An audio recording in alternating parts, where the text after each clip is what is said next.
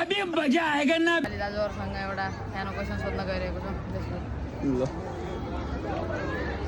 दाजु नमस्ते। कस्तो हुनुहुन्छ दाजु? तपाईँ नेपाली हो नि?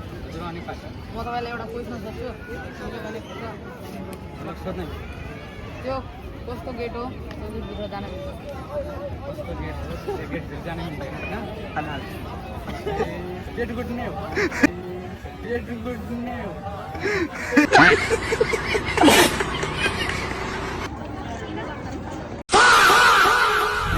नेपाली हो?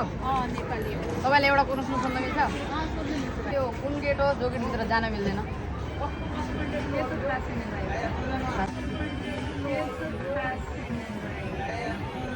कौन है ये लोग? कहां से आते